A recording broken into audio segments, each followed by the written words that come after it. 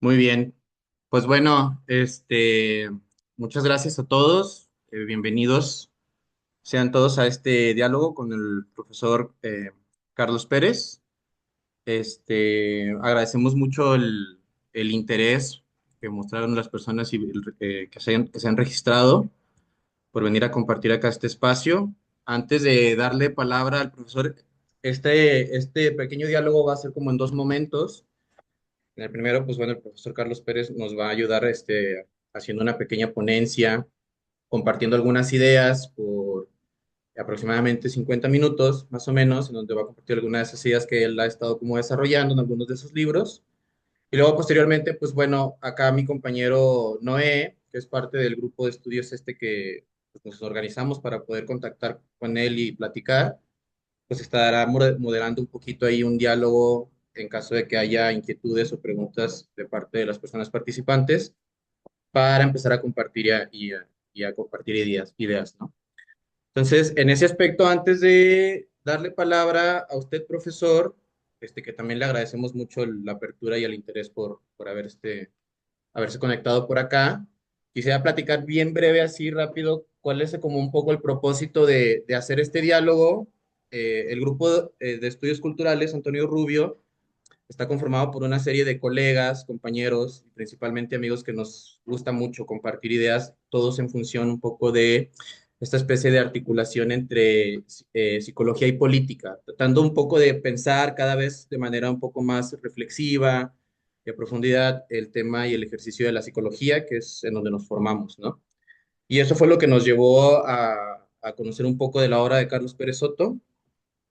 Nosotros residimos todos en la ciudad de Monterrey, en Nuevo León, en donde consideramos que se necesita abrir un poco el diálogo para volver a pensar de nuevo la práctica psicológica. Y pues bueno, el resultado es este primer como diálogo con Carlos Pérez Soto como autor, ¿no? En ese aspecto me voy a permitir un poco presentarlo a usted, este profesor, como se sabe que hay una particularidad. ¿Quiere comentar algo? Ok, así breve, sí, sí, sí. Hay una manera muy particular en la que el profesor Carlos Pérez Soto le gusta ser presentado, principalmente como profesor de física. Tengo entendido que en escuela secundaria, por lo que entiendo, ¿no? Y también siempre solicita que se especifique que él, además de ser profesor, es abuelo, ¿no? Abuelo de Gabriel y de Clarita, hasta donde entiendo. Y bueno, y entre otras cosas, algo de lo que él ha desarrollado en algunos de sus libros, muchos de los temas que él ha trabajado van en función acerca de marxismo, epistemología, psicología principalmente, antipsiquiatría. Tiene un libro sobre historia de la danza y dos textos que les compartimos nosotros a ustedes por correo, que creo que pueden converger un poco acá con el tema desarrollado hoy, que es sobre la condición social de la psicología y hacia una nueva antipsiquiatría. Básicamente eso es un poco de su trabajo. Quizá él pueda agregar algunas ideas más. Yo ya voy cerrando acá con esta presentación para darle palabra a usted, profesor. Pues usted hace el uso del tiempo a partir de ahorita y muchas gracias.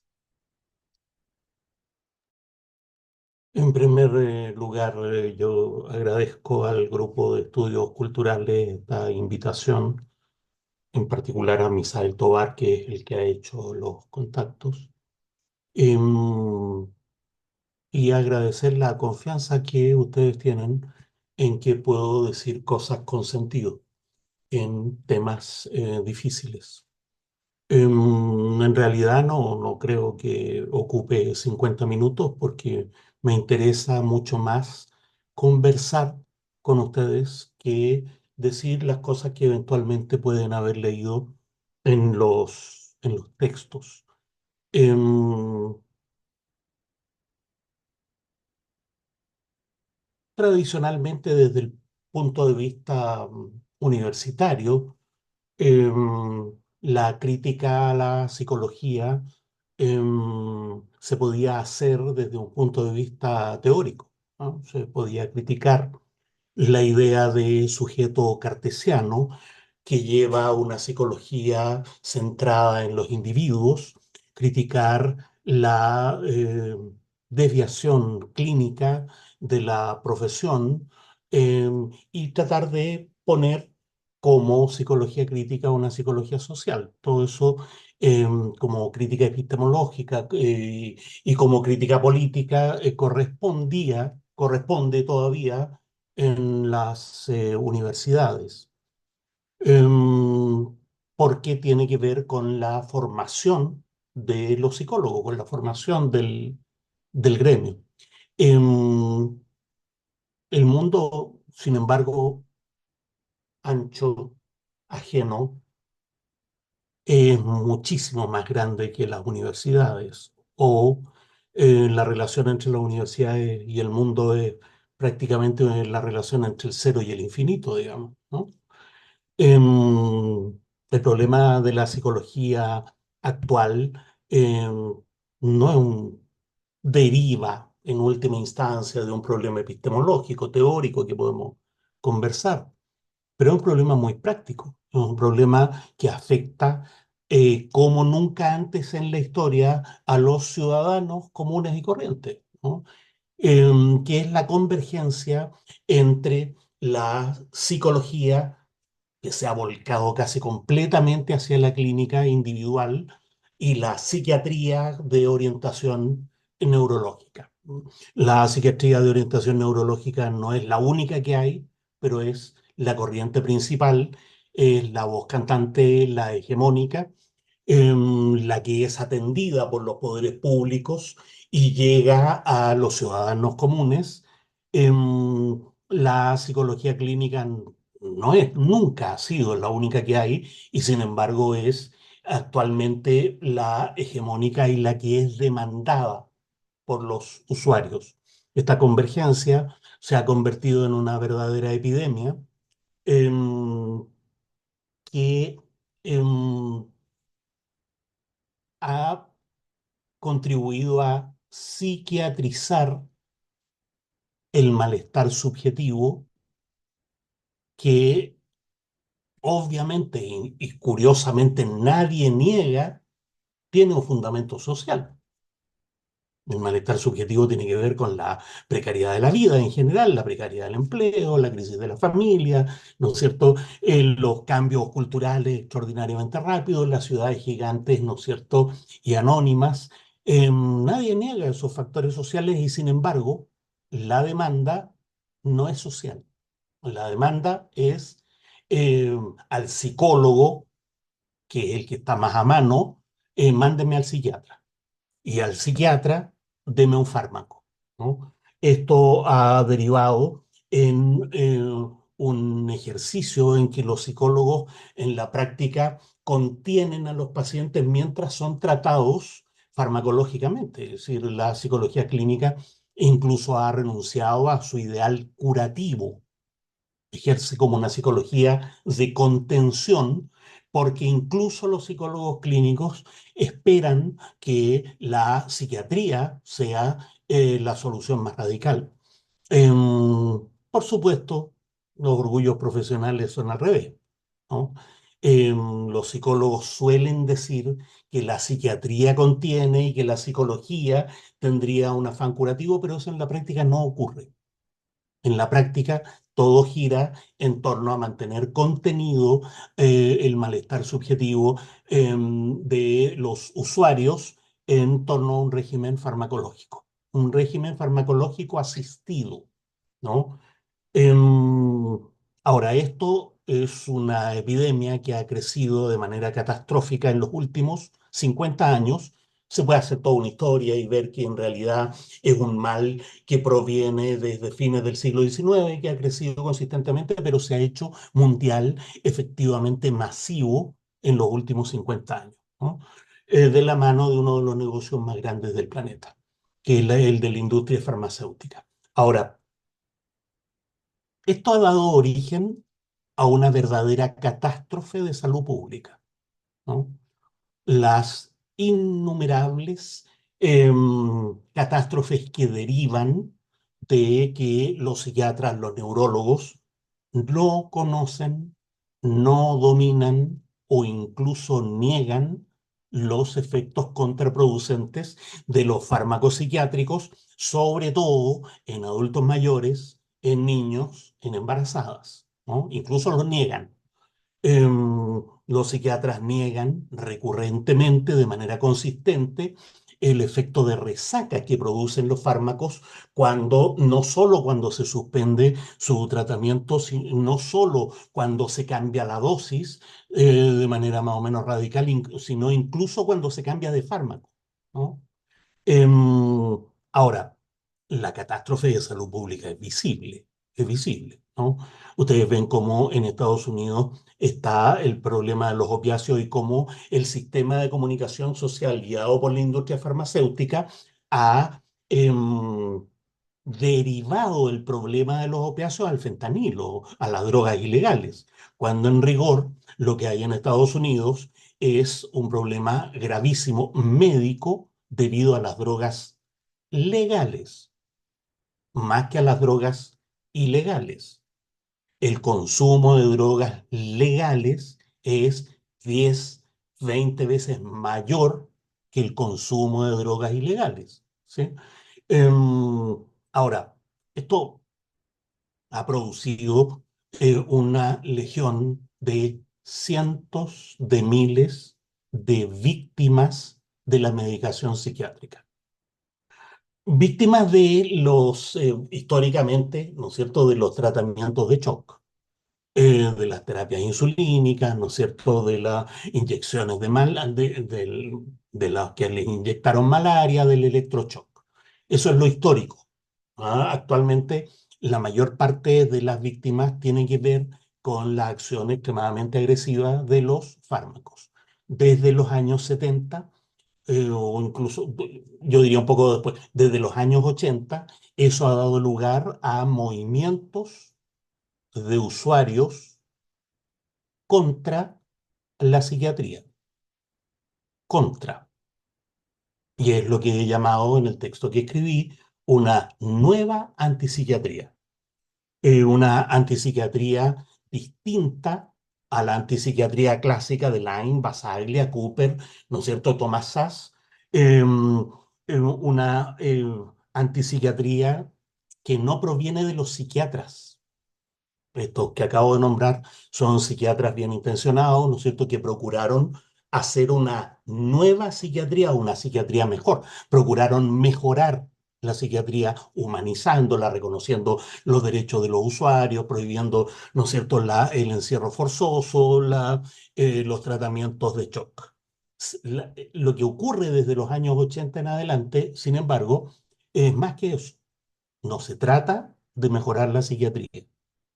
Se trata de que no haya psiquiatría, de que se trata de levantar el derecho a no ser diagnosticado, no ser diagnosticado, porque hay una larga, amplísima evidencia de que el diagnóstico psiquiátrico solo contribuye a la estigmatización y peor aún a la autoestigmatización, el derecho a no ser medicado, ¿no es cierto?, de manera forzosa, la exigencia de que los fármacos psiquiátricos no sean administrados a los grupos de riesgo, ¿no? A, como decía, adultos mayores, a los menores de edad, a las embarazadas, que curiosamente siendo los grupos de riesgo son los más medicados, son los que están en los primeros índices, ¿no es cierto?, de la frecuencia de la medicación. Entonces, el problema ya no es solo los derechos humanos de los locos y el fin del encierro, ¿no?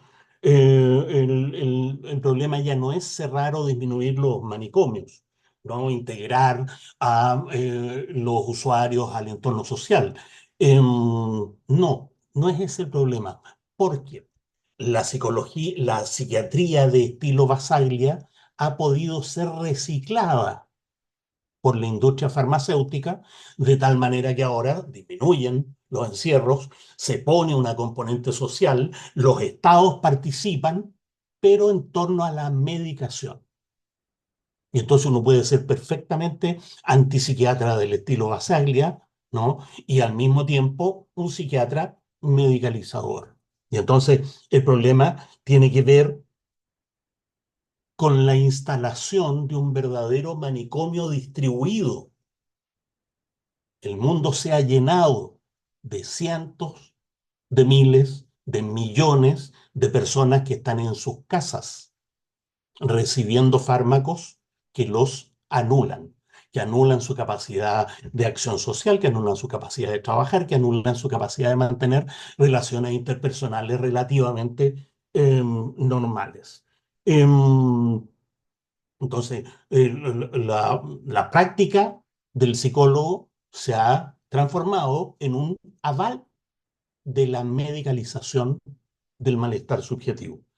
Em, Peor aún, incluso con discursos progresistas, ¿no?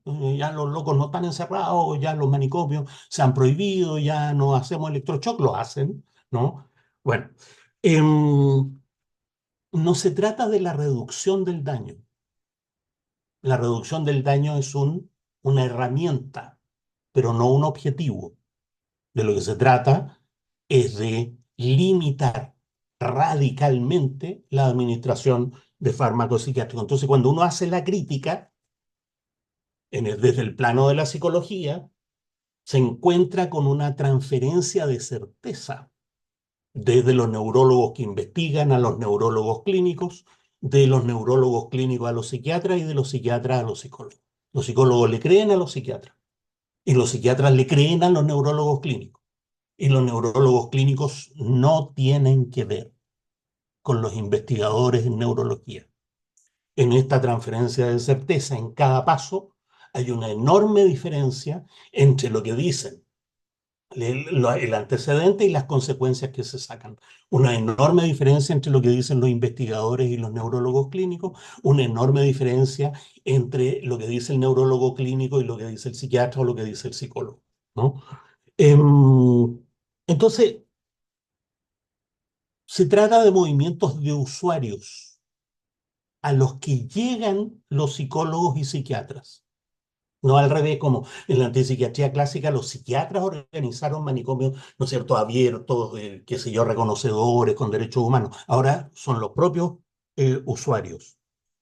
Se trata de una pelea en el plano médico, de una argumentación en contra de la presunta certeza del saber que habría detrás de estos procedimientos, ¿no?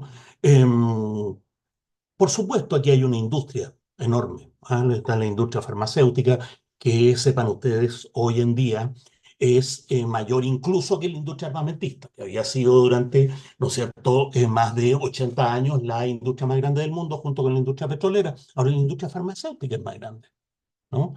Em, lo que significa que interviene en las revistas especializadas, que interviene en las asociaciones profesionales, que interviene en los medios de comunicación masivamente. La industria farmacéutica es una de las que más dinero gasta en su merchandising, por decirlo así, ¿no? En todos los niveles. Em, Frente a eso, la discusión tiene que ser de tipo médico. Todos nosotros, supongo, ustedes serán más o menos de izquierda y tenemos la tentación de pasar inmediatamente al plano económico. La culpa la tiene el neoliberalismo, ¿no? Y claro, el neoliberalismo tiene la culpa porque ha precarizado la vida, el capitalismo tiene la culpa porque esto es una gran industria. Sin embargo, los estados, incluso los estados que se dicen de corte relativamente socialista o de izquierda, concuerdan con las mismas políticas de medicalización. De tal manera que el problema la argumentación no puede ser primero contra la industria, porque cuando sale la industria de la escena, entra el Estado a cumplir la misma tarea. No, la argumentación tiene que ser contra el supuesto fundamento científico que tiene esta industria, ¿no? Y entonces hay que meterse en la pata de los caballos a argumentar en contra de lo que se supone que es la neurología. Porque en la neurología hay toda una corriente, ¿no es cierto?, entre los propios neurólogos de crítica hacia su disciplina.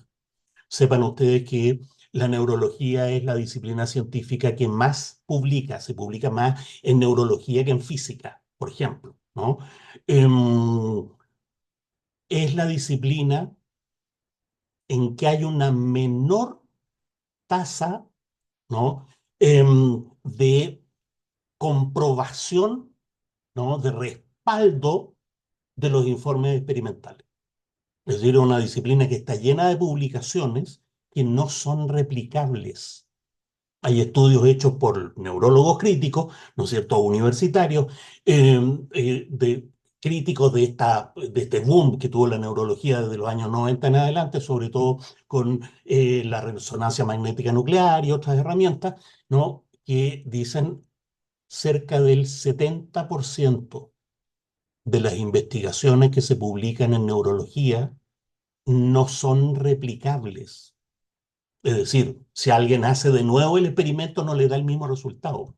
Es un requisito mínimo del método científico, ¿no? Em, Se trata de investigar y exponer la escandalosa falta de validez científica de la neurología que se enseña, no de la que se investiga, porque hay un salto ahí, ¿no? De la que se enseña y sobre todo de la que se usa, la escandalosa falta de validez científica de los fármacos, ¿no?, que no tienen un respaldo científico real, la escandalosa falta de validez científica de las pruebas psicológicas y de las etiquetas diagnósticas. Nosotros desde el saber universitario podemos contribuir a los movimientos de usuarios porque tenemos los elementos académicos relativamente a la mano, ¿no?, con esta crítica. Podemos darle los insumos críticos de lo que ellos tienen como práctica, como práctica, ¿no es cierto?, y experiencia de víctimas. Em, Ahora, parte de esto, parte del problema es el propio gremio de los psicólogos. Porque resulta que el gremio de los psicólogos cree todo el cuento, o peor aún, de manera así como alarmante. Y si no es esto, no hay nada. Por supuesto, hay un montón de alternativas. Pero entonces, algo que se puede hacer dentro de la psicología como gremio es mostrar la precariedad profesional del psicólogo. Primero, mostrar que la mayor parte de los psicólogos son también víctimas de esta epidemia farmacológica. Los psicólogos también consumen fármacos. Entonces son pares, conocen como experiencia propia los efectos de los fármacos y los niegan en sí mismos y sobre todo los niegan en sus pacientes, ¿sí? No reconocen los efectos de resaca, psicologizan lo que en realidad es contaminación química, ¿no? Entonces, desde el gremio de los psicólogos, sin embargo, un problema grande, mayor, es la psiquiatrización de los propios usuarios. Los propios usuarios han sido convertidos por la propaganda de la industria farmacéutica en una enorme fuerza de presión sobre el gremio. Usted me tiene que mandar al psiquiatra. Usted no me ha dado fármacos y mándeme donde alguien que me dé un fármaco. Entonces, hay toda una tarea del gremio de los psicólogos de despsiquiatrizar un nivel, despsicologizar otro nivel, ¿sí? Una tarea que tiene que empezar por los estudiantes. Seguramente ustedes viven en México lo mismo que se vive en América Latina, en Estados Unidos, que es el boom de las carreras de psicología. Todo el mundo quiere estudiar psicología, no para servir al prójimo, no, básicamente para entenderse a sí mismo.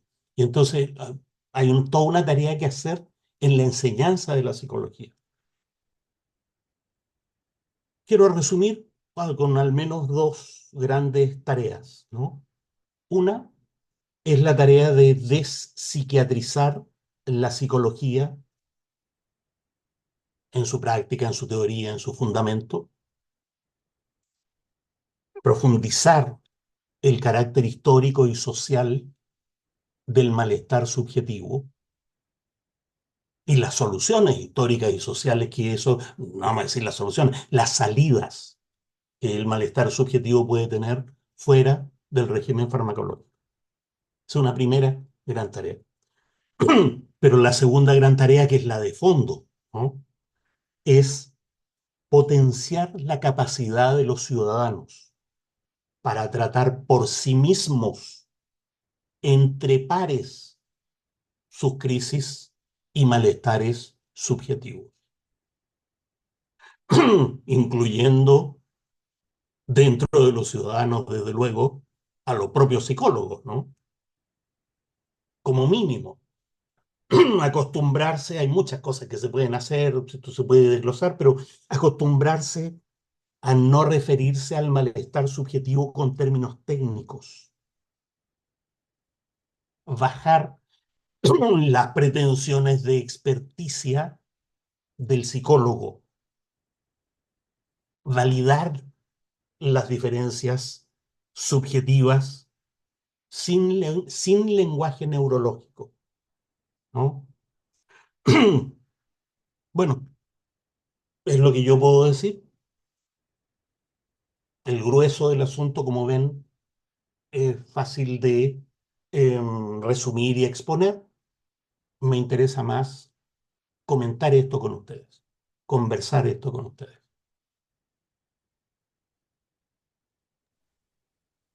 Ustedes. Excelente. Pues bueno, vamos a pasar a la sección de preguntas. Si les parece, podemos utilizar el chat de la plataforma para que puedan hacer llegar las preguntas que quieran comunicarle al profesor Carlos Pérez Soto.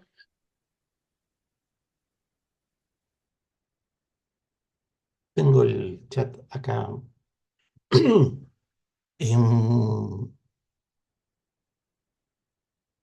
Lo único que dice el chat es quién puede ver sus mensajes. Supongo que no los habré convencido de todo. No se preocupe, vamos a comenzar con una pregunta. Eh, Mire, Levanten la mano o escriban en el chat. Cualquiera de las dos cosas la vamos haciendo No, yo creo intercaladas. que sería interesante igual, ¿no? Si abrimos como el micrófono y en general ya alguien como levanta la mano y empezamos como el diálogo, pues adelante, ¿no? O sea, que comenten algo.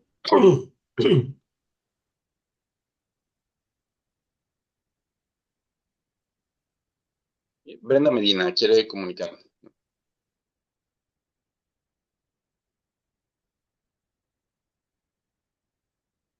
Dígame. Hola, buenas tardes. Realmente no sé qué tanto quiero establecer una pregunta porque estoy así como que procesando la información, pero más que pregunta, quería comentar que realmente me da como que cierto alivio estar, espero no hablar por todos, pero pues coincidir en un espacio en el que varias personas estamos en esta misma línea de interés, pues en relación a este tema, porque justo pues teniendo colegas psicólogos de diferentes orientaciones clínicas es un poco complicado abordar estos temas a veces. Precisamente como psicólogos que están muy casados con esta tendencia a patologizar pues cualquier desviación, entre comillas, de lo que algún lugar de poder establece como lo que debería de ser la normalidad, ¿no? Y que luego en lo clínico yo es algo que escucho recurrente en los pacientes, sobre todo en las primeras sesiones, cuando apenas vamos entendiendo cómo es la línea de trabajo. eh, Me llama la atención esta cuestión de los pacientes, de que pues en algún momento han leído algo o a través de redes sociales han visto alguna cuestión que entonces ellos mismos llegan y te dicen, yo traigo este diagnóstico tal, ¿no? Y es bien curioso y a veces es muy fuerte. A lo mejor, espero no extender mucho con esto, pero hay un caso, si me permito compartir de esto, que me impactó demasiado de un paciente que llega, un joven, en ese momento tenía 18, llega y me dice, es que yo, pues tengo tendencias psicopáticas y ahorita me he puesto a reflexionar mucho desde que el psicólogo pasado me diagnosticó con eso. Yo jamás me había sentido así en mi vida y desde que me lo dijo, ahora estoy súper preocupado de que a lo mejor sí soy una persona que no empatiza, que no tiene sentimientos. Y él estaba preocupadísimo al borde del llanto diciéndome que le preocupaba mucho dañar a otros. Y como que a mí me sacó muchísimo. A ver, ¿y quién te diagnosticó? ¿Bajo qué criterios? ¿Qué te dijo, no? Él tenía como 2 meses de que le habían dado ese diagnóstico y yo, por lo que él me contaba, habían sido los peores 2 meses de su vida, reflexionando en cada cosa que hacía, cada cosa que pensaba, porque pues alguien desde un lugar de poder le había dicho que él era tal. El otro psicólogo tenía como 4 sesiones trabajando con él. Le dijo que era adicto a miles de cosas y aparte, pues que tenía esta cuestión presente. Y bueno, cosas que yo siento que generan mucho daño y que a veces el psicólogo no alcanza a dimensionar el efecto del daño, el poder de las palabras que puede llegar a ejercer sobre de la subjetividad de alguien, incluso aunque le cambiara toda la vida completa. Y pues ya, era todo lo que yo quería comentar. Gracias pues por toda esta reunión. Gracias. Gracias a ti. Emiliano. Sí, eh, gracias. A ver, el tema que a mí me concierne un poco respecto a esto que acaba de comentar, maestro, es cómo, cómo hablas de esto con alguien que está diagnosticado. Porque ahorita eso ya entra como en un límite ético no aceptable, partiendo desde como este afán de inclusión o reconocimiento de las diversidades y creo que actualmente las neurodivergencias están dentro de esas diversidades que tenemos que aceptar. Y cuando te ves de frente, sobre todo en un ámbito más estructurado como el laboral, con una persona que está diagnosticada y que está como aceptando como, pues la imposición de los diagnósticos y las medicinas a las que tiene que recurrir, cuestionarle esto o querer hablar de esto con esa persona se vuelve ya un límite ético. Sin embargo, pues desde acá puede sentirse que es necesario tocar el tema, ¿no? ¿Cómo Es abordarlo ahí? que haya un límite ético para despsiquiatrizar y que no haya un límite ético para la administración irresponsable de fármacos o de etiquetas psiquiátricas. En realidad, si se trata de la balanza ética, los que deberían estar perdiendo son los psiquiatras, ¿no? Que tienen un régimen frente a los pacientes extraordinariamente irresponsable, ¿no? Y los psicólogos que les creen, ¿no? Em, el problema práctico es la medicación. Ese es el problema práctico. Y desmedicalizar es una cuestión relativamente complicada. No, no es simple, porque todos los fármacos producen resaca. Entonces, si alguien está tomando fármacos, lo que tiene que hacer es seguir tomándolos, ¿no? En las mismas proporciones que se los han recetado, los mismos fármacos que le han dado, ¿no? No cambiar de fármaco, no cambiar, no dejar de consumirlos, no alterar las dosis, ¿no? Mantenerse. Em, y ahí, a partir de eso, el diálogo, ¿no? El diálogo, mira, como mínimo, yo me imagino, ¿no? Yo, psicólogo, tengo los mismos problemas que tú. Eso es lo mínimo. No soy un experto. Tengo los mismos problemas. La información que tengo es que estos fármacos son muy dañinos y, sin embargo, tan dañino como el fármaco es dejar de consumirlo. Entonces estamos aquí en un problema. El primer paso para dejar de consumirlos es que el paciente llegue a la conciencia de que puede dejar de consumirlos, de que los efectos de resaca son efectos químicos y no psicológicos. La alianza terapéutica actualmente tiene que establecerse en torno a eso. ¿Qué vamos a hacer para, en un largo proceso lento de disminución, ¿no es cierto?, disminuyamos esta dependencia farmacológica? Y lo que vamos a hacer en primer lugar es tratar de diluir las etiquetas, ¿no? Aquí no hay TOC, ¿no? Eso es un invento. Aquí no hay, ¿no es cierto?, espectro autista, es una barbaridad, ¿no? Aquí lo que se hizo en el DSM-5 es bajar los criterios diagnósticos de todos los cuadros clínicos para que todos tengan algún cuadro clínico. Y esas cosas técnicas hay que explicárselas al paciente. Porque los pacientes, incluso los jóvenes de 14, de 12 años, entienden lo que les están diciendo. No son ni tontos ni ignorantes. Tienen mucha información, ¿no? Y entonces hay que empezar por explicarle, mira, nuestra profesión está atravesada por esto, yo participo junto con todos mis colegas, ¿no es cierto?, de una catástrofe en salud pública y contigo lo que me puedo comprometer, ¿no es cierto?, es hacer lo posible por reducir la dependencia farmacológica. Uno de los requisitos para disminuir la dependencia farmacológica es mantener la terapia psicológica. Es un requisito. Porque la disminución del consumo de fármacos tiene que ser asistida no solo médicamente, sino psicológicamente. Porque resulta que los famosos fármacos no han resuelto ningún problema de base. Ni la industria farmacéutica dice que los fármacos resuelven algo. Entonces también hay que decirle al paciente, mira, yo no te voy a poner una etiqueta, pero seguramente tú llegaste a esta situación porque hay un problema de base que sería interesante que conversáramos. Entonces, son dos tareas. Una, tratemos de encontrar cuál era la situación antes del consumo de fármacos, que suele ser la primera infancia, ¿no? O sea, ¿desde cuándo que te empezaron a dar Ritalin? ¿Por qué razón? ¿Sí? Tratemos de establecer la, la ruta, ¿no es cierto?, de escalamiento terapéutico y farmacológico. Hacer la historia con el paciente, es decir, a mí me empezaron a dar Ritalin. Después de Ritalin me dieron ansiolítico, después me dieron pastillas para dormir y ahora me están dando antipsicóticos. Entonces, establecer esa ruta y entonces conversar con el paciente. Mira, el primer paso ya era un problema tratable de manera puramente psicológica. La medicación no era necesaria. Todos los pasos siguientes son efectos de ese primer paso, no de un agravamiento del cuadro, sino de los efectos de dependencia química progresiva que tienen los propios fármacos. Eso es conversable. Eso es conversable. Hay que pensar la situación terapéutica en torno a eso. No se puede tratar normalmente a una persona que está bajo dependencia químico-farmacológica.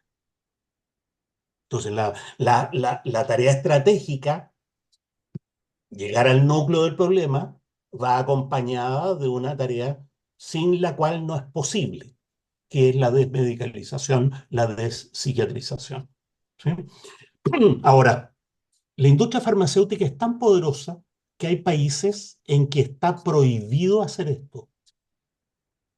Es una cosa realmente increíble. En Alemania, tú no puedes contradecir el diagnóstico de un psiquiatra. Es un delito contradecir el diagnóstico de un psiquiatra. En América Latina no se ha llegado a ese extremo. Lo que muestra una vez más que los famosos países civilizados son mucho más bárbaros que el humanismo que tenemos cotidianamente los ciudadanos en América Latina, ¿no? En América Latina sí se puede, ¿no? Hay que tratar de formar, buscar, ¿no es cierto?, psiquiatras que estén de acuerdo con estos procesos de medicalización y apoyarse en la opinión de un psiquiatra, ¿sí? Porque la opinión de un psiquiatra tiene mucho poder. Entonces hay que buscar qué psiquiatras están dispuestos a acompañar procesos de desmedicalización y trabajar psicólogo, psiquiatra en esa perspectiva, ¿sí?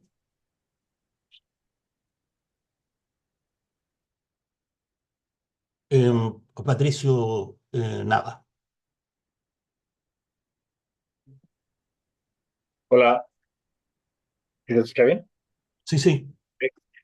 Bueno, antes agradecer el espacio y el haberlo escuchado, profesor. La verdad es que no tengo el gusto de leer su obra, más que igual con nuestro compañero Misael, que nos ha insistido en hacer esta lectura, pero bueno, después de esta charla, claro que será algo que me lo pondré como tarea, porque me parecen unas ideas sumamente sugerentes y en donde también hago como resonancia en algunas de ellas, ¿no? Eh, Igual como dice la compañera, quizá no es, Interesante. bueno, a ver si van surgiendo preguntas, pero quizá no Es tanto como, interesante. ¿Qué como dices? estos Lo que tú dices comentarios. ningún secreto, todos lo sabemos. Eso es muy interesante que tú digas, me hace algo de resonancia. Todos lo sabemos. Sí, sí, es como algo que está ahí, ¿no? Bueno, eso, o sea, cuando hacías referencia a esta cuestión epidémica, ¿no? O sea, de la psiquiatrización, de la psicología guión cicatrización, vaya, sí, psiquiatrización, me hizo recordar y a ciertos momentos en donde acá en México de pronto yo sentía que había como o sea, como que estaba de moda, no la psicología, sino la neuropsicología. Y yo decía como de, pero ¿por qué no? O sea, ¿por qué hay que agregarle esa cosa de lo neuro? O sea, como buscando validez, ¿no? O sea, eh, como esta cosa que está más de moda, ¿no? Como se mencionaba. Y también se me hace curioso, como lo mencionabas, ¿no? Que es una nueva antipsiquiatría que no parte de los psiquiatras. Y yo me preguntaba, bueno, qué curioso que no parta de los psiquiatras, ¿no? Parece que ese grupo científico es el que posee el saber y que no quiere como verlo, ¿no? No quiere ver lo que está sucediendo, ¿no? O sea, como con esta otra, o estos otros malestares que también suceden en la medicalización. Y bueno, a mí se me ocurría o iba pensando una postura decolonial, ¿no? Frente a la jerarquización del saber, ¿no? Del experto. O sea, porque el que sabe actúa, ¿no? O sea, podemos decir, el que sabe, el psiquiatra, ¿no? Actúa en su posición jerárquica de, bueno, pues entonces yo sé qué es lo que tú tienes, ¿no? Yo sé qué es lo que a ti te duele, yo sé cuáles son tus malestares. Y entonces esa posición del saber ya está planteando una jerarquía, ¿no? Y entonces me lo imagino más en el ámbito psiquiátrico, ¿no? Hospitalario, ¿no? Entre médicos. Pero que es verdad, también lo mencionabas, los psicólogos, nosotros psicólogos, también eh, hay esta posición o se siente esta misma posición de el que sabe, ¿no? Del que sabe frente al otro. Entonces, no sé, se me ocurre ya de pronto esta eh, cosa o esta postura de colonial, ¿no? Porque al final es una cuestión hasta de dominio, ¿no? De conquista y de dominio, ¿no? También un poco cuando mencionabas que sí, el neoliberalismo tiene la culpa, pero no tiene toda la culpa, porque también está ahí el Estado, ¿no? ¿Qué está sucediendo con el Estado?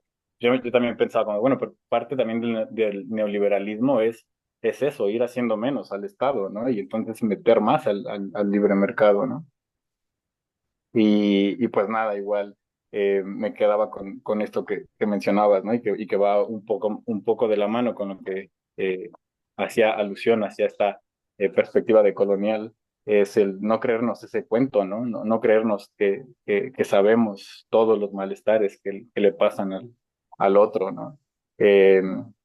No creernos que poseemos ese mismo saber. Y bueno, también me gusta cómo aludes a profundizar en el malestar subjetivo, ¿no? El título de esta conversación, igual, este, en donde no olvidar o no perder de vista la condición social de la psicología, se me hace sumamente valioso. eh, una autora desde el psicoanálisis que igual va como repensando la necesidad de una perspectiva decolonial en la práctica psicoanalítica, ¿no? Que se puede traerse también en esta cuestión psicológica. Plantea que si una psicología no está a la altura de sus tiempos, pues entonces no está a la altura sus mismas prácticas, ¿no? Y pues nada, todo eso me iba evocando lo que nos ibas compartiendo y pues agradecer el espacio. Em, yo creo que sí sabemos. Tenemos mucho saber, entre otras cosas porque somos nosotros los que tenemos esos malestares, pues, ¿no? Incluyendo a los psicólogos y a los psiquiatras. Y entonces cuando entre pares se empieza a compartir el saber sobre el malestar, pero tenemos perfectamente claro lo que nos ocurre, ¿no? En términos perfectamente comunes, sin términos técnicos. Entonces, por un lado, nosotros podemos disputar el saber hegemónico en psiquiatría, porque es escandalosamente ¿no? Carece escandalosamente de validez científica.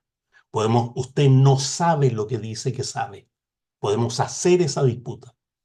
Y esa disputa no solo para deconstruir, sino para poner el saber que los ciudadanos comunes tienen acerca de sus propios sufrimientos, previo a la teoría psicológica. Hay que poner a los ciudadanos a conversar entre sí acerca de lo que les pasa. Y hay que tratar por todos los medios de no conversar en términos técnicos, ¿no? A mí me parece que la expresión neurodivergencia es extremadamente desafortunada. Es desafortunada porque sugiere que la divergencia es neurológica, que justamente no lo es. Sí, usted tiene una divergencia, pero la divergencia tiene raíces plenamente sociales, plenamente comunitarias, no proviene de sus neuronas, no proviene de sus neurotransmisores. Esa parte es un cuento, ¿no? Ahora, yo no sé hasta qué punto las teorías decoloniales pueden ayudar en esto. Em, Sobre todo porque esta es una colonización que está entre nosotros, en nosotros. No viene, ¿no es cierto?, de Estados Unidos, de la cultura europea, del saber occidental, ¿no? Esto es la persona que llega y se autodiagnostica frente, ¿no es cierto?, a un psicólogo, como explicaba, ¿no es cierto?, una compañera, está colonizada de sí misma, ¿no? Em, claro, mi opinión es que las teorías decoloniales son el mismo lenguaje técnico que tenemos que evitar. Hablemos como personas comunes y corrientes sobre los malestares que sabemos que tenemos. Cintia, Buenas tardes. hola. Bueno, voy a leerles algo que ahorita escribí para que no se me olvidara. Qué gran importancia sobre desmedicalizar a grupos vulnerables cuando el caso no es atravesado por situaciones orgánicas importantes. Eh, y el trabajo pues interdisciplinario es súper importante. He aquí el ego de los profesionistas, ¿no? Ya sea docentes, psicólogos, psiquiatras. Lo comento porque eh, la experiencia que yo he tenido es sobre educación y dentro de esa experiencia me ha tocado compartir pues trabajo y casos clínicos, tanto también educativos, con docentes, psiquiatras, neurólogos y otros colegas.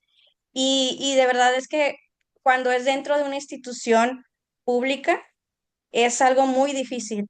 Y hablando de grupos vulnerables, ¿no? Hablando de los grupos vulnerables, en este caso de infancias, de niños, es súper difícil poder trabajar interdisciplinariamente eh, porque se atraviesa el ego, el ego profesional.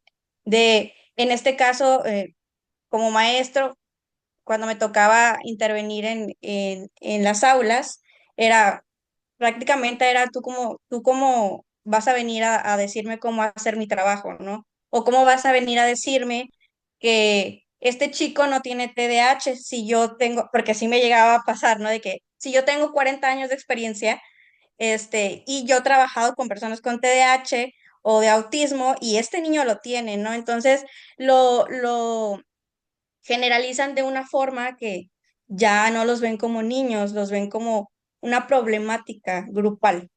Y lo que buscan inmediatamente es medicación, ¿no? Medicación para un bienestar eh, mayor, ¿no? Para un bienestar del aula, para un bienestar también de los maestros.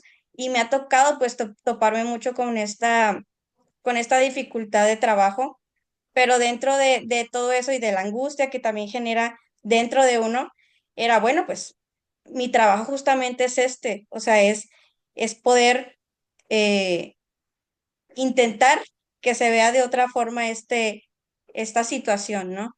Eh, Sucedía que, que había maestras muy angustiadas y con mucho desconocimiento y era pues acercarse a ellas, ¿no? Ah, miren, no, pues lo que pasa es que este chico pues se porta así por esto, o está sucediendo esto por esto, como nombrar, ¿no? Nombrar lo que sucede para no estigmatizarlo, ¿no? Porque cuando llegaba perdón, esta estigmatización del problema o todo este deseo de ser medicados con los papás, con la escuela, pues había una presión enorme en los niños, ¿no? Y bueno, del otro lado, también he trabajado con personas con discapacidad, estoy con una escuela que trabaja, bueno, es una como organización, una AC, y no trabaja con un método específico educativo y tampoco con diagnósticos, y son personas con discapacidad. Entonces, me parece muy importante como todo esto que se habla y, y la interdisciplina, y que a partir de que en la sociedad empieza a sentirse ese peso sobre de que la salud mental pues importa, llega a toda esta angustia dentro de lo desconocido, lo diferente, y cuando lo diferente solamente pues es un caminar distinto, no es algo que no sea humano. Aquí pasa una cosa que es extraordinaria. Todas las profesiones universitarias tienen una acreditación común del mismo nivel, ¿no? Cuando se acredita un médico, cuando se acredita una enfermera, una trabajadora social, una maestra, la universidad está haciendo el mismo compromiso en todos los casos, ¿no? Y sin embargo, el compromiso de entregar una formación suficiente y después la práctica la irá complementando. Y sin embargo, lo que ocurre en los equipos, ¿no es cierto?, interdisciplinarios es que los médicos mandan.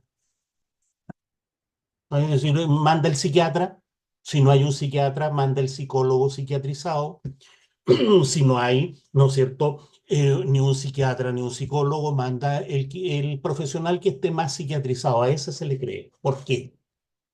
Entonces aquí hay una pelea que dar desde los distintos gremios, ¿no es cierto?, acerca de primero, de la equivalencia de autoridad de cada uno en su campo.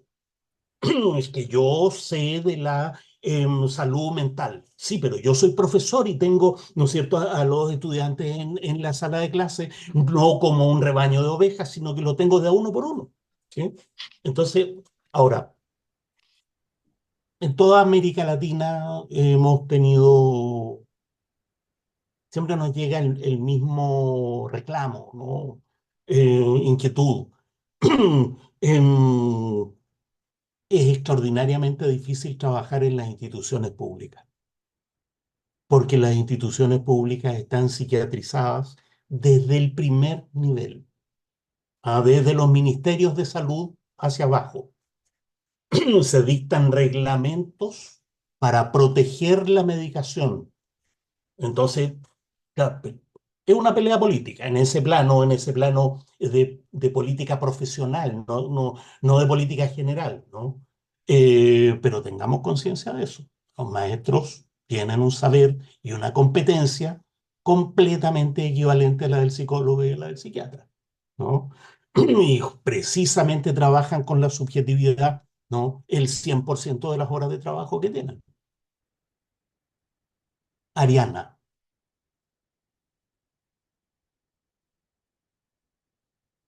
Ariana Ruiz, la veo ahí con... ¿Sí me Dígame, escucho bien? ahora sí. Me pareció muy interesante el tema al respecto y todo lo que habló. Quiero hablar como paciente y como estudiante de psicología. A mí lo que me pasó es que yo al acudir a mis sesiones de terapia, mi psicóloga clínica hizo todo lo posible por evadir este tipo de fármacos o evadir canalizarme al área de psiquiatría. Entonces a mí me gustaría saber, yo como futura psicóloga, qué puedo hacer para poder no canalizar demasiados pacientes, igual también al área de psicología, y pues evitar todo esto que dijo como esta catástrofe de un necesitar este tipo de fármacos y hacerse muy adictivos al Mm. seguir consumiéndolo. O sea, ¿cómo lo podemos evitar o sí seguir este ciclo de estar mandando demasiados pacientes al área de psiquiatría? Hay una enorme gama de terapias psicológicas individuales y grupales no psiquiatrizadas, una enorme gama, ¿sí? En general, a las personas les hace muy bien ir a terapia psicológica. Como mínimo la contiene, eventualmente logran hacer conciencia y verbalizar su problema, eventualmente se sienten mejor, ¿sí? Entonces, yo creo que durante mucho tiempo y mientras persista la precariedad enorme, ¿no es cierto?, laboral, familiar, social, es bueno que haya psicólogos clínicos e individuales.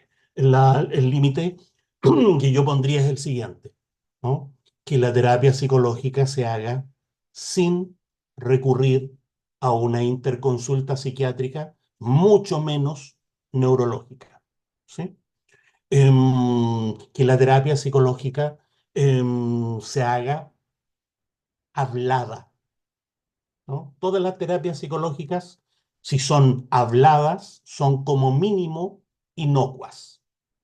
Es decir, lo mínimo que le puede pasar al paciente es que no le pase nada, ¿sí? Pero de ahí para arriba pueden ser muy útiles, ¿sí? Em, las terapias habladas, las terapias humanistas, las terapias cognitivas, las terapias cognitivas tienen un amplísimo espectro. El profesional psicólogo tiene que sentirse plenamente competente de abarcar el caso sin recurrir a un psiquiatra, ¿sí? Por otro lado, yo creo que es deseable que los profesionales psicólogos no usen lenguaje técnico con sus usuarios, ¿no? Apenas empiezan a usar lenguaje técnico, los convierten en pacientes, es decir, en pasivos, ¿sí? Que no usen lenguaje técnico, que empaticen con el usuario en los términos, primero que el usuario mismo diga, yo me siento triste, aquí en Chile se dice estoy bajoneado, ¿no? Estoy pasando, el paciente sabe, el usuario sabe lo que le pasa. Entonces, acoger la manera en que el usuario mismo conceptualiza el problema y tratarlo en esos términos. Porque el puntapié inicial de la psiquiatrización es la estigmatización que se produce a través de los diagnósticos. Entonces, el paciente, por supuesto, demanda diagnósticos. Lo demanda. Dígame qué me pasa. Bueno, entonces ustedes tienen que decirle qué le pasa en sus propios términos. No, pero deme un diagnóstico técnico. Ese es el diagnóstico técnico. Y explicarle al paciente, porque los pacientes pues, son perfectamente inteligentes. En general, las personas más inteligentes son las primeras que llegan a terapia, ¿no? Mira, es que esto explicado en términos técnicos a lo único que contribuye es a un etiquetamiento y más grave todavía, a un autoetiquetamiento. No busques tu diagnóstico en Internet. Conversémoslo aquí. Tú sabes lo que te pasa y yo te puedo ir precisando, ayudando a precisar, ayudando, ¿no es cierto?, a verbalizar lo que te pasa. Luis Gerardo Arroyo. Hola, ¿qué tal? ¿Qué tal? Buenas tardes. ¿Ahí me escucha bien? Sí, sí. Ah, perfecto. Pues primero que nada, para comentar que fue un gusto escucharle, ¿no? Desde hace tiempo he estado trabajando en una investigación de aproximaciones críticas al campo de la salud mental y pues he hecho trabajo con varios colectivos de activistas en salud mental y sobre todo de personas pues, expertas por experiencia, ¿no? Entonces ahí me gustaría también poder escuchar y conocer un poco su opinión acerca de en este abordaje del sufrimiento, de salud mental, el incorporar a personas justo expertos por experiencia como parte de los tratamientos, ¿no? Creo que es una cuestión que se ha estado moviendo, no es reciente, no lleva ya bastantes años. Sin embargo, aquí en México pues encontramos que hay pocos de estos grupos de apoyo mutuo o pocos de este estilo de intervención, ¿no? Eso por un lado. Y la otra, me gustaría también conocer un poco su opinión respecto a este comentario que también existe en estos movimientos, que cualquier alternativa construida desde la psiquiatría, por más crítica que sea, finalmente es una postura que busca reformar y replantear pues, el poder, sí, sobre los conocimientos construidos desde la experiencia y desde las mismas personas usuarias, ¿no? Em, Todo el mundo demanda terapia individual, porque uno de los efectos del neoliberalismo es precisamente como aislar a los ciudadanos. Toda la propaganda está dirigida a ti como persona. Todo funciona como si uno viviera solo en el planeta, a pesar de que está plenamente consciente, ¿no es cierto? Apenas se sube al metro, que el planeta, ¿no es cierto?, está repleto de seres humanos, uno funciona como si viviera solo, ¿sí? Mi opinión es que uno debería hacer lo posible porque las terapias psicológicas sean entre pares, en grupos. Si la persona que demanda la terapia quiere una terapia individual, hay que dársela. Hay que dársela, es su derecho, ¿no es cierto? Se puede avanzar, pero parte de la terapia individual debería consistir en mostrar la necesidad de formar vínculos, ¿no? Em, y los vínculos, en primer lugar, con las personas que tienen sufrimientos del mismo tipo, ¿sí? Em, entonces, claro, toda la idea de expertos por experiencia tiene que ver con eso, ¿no? Con enseñarle a los ciudadanos a contener sus malestares subjetivos entre pares. Mujeres con mujeres, jóvenes con jóvenes, ¿no es cierto? Los pobres con los pobres, los ricos con los ricos. Lo que le vamos a hacer, se trata de la subjetividad, ¿sí? Entre pares. Los estudiantes de un grupo curso en un colegio, los apoderados, los padres de un grupo curso en un colegio, los trabajadores en un mismo nivel, ¿no es cierto?, en un lugar laboral. A mí me parece que eso apunta a la raíz del problema. Yo siempre lo he dicho, el discurso psiquiátrico nos enseña primero, el problema es suyo. Segundo, el problema es psicológico, no es objetivo. Y tercero, el problema es neurológico, ¿no? Entonces, hay que empezar por ahí. Miren, yo tengo el problema que tienen millones de personas y puedo conversarla con los que estén más a mano. Mi problema no es psicológico, sino que tiene raíces objetivas. Y mi problema no es neurológico, es directamente social, ¿sí? Miguel, noten que estoy prefiriendo las manos levantadas a los que hay en el chat. En algún momento voy a leer las cosas que hay en el chat también. Miguel, por favor.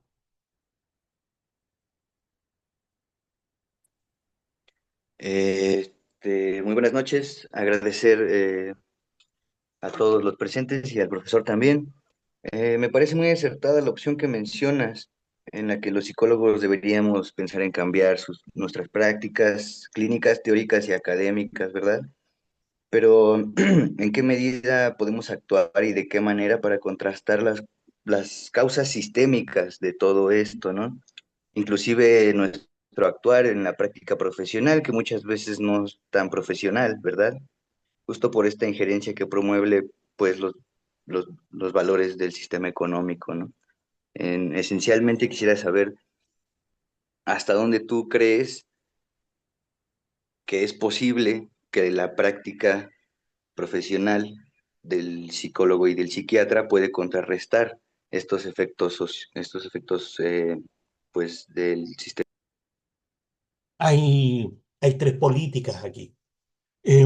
Quizá en toda política hay estas tres políticas, pero particularmente aquí, ¿no?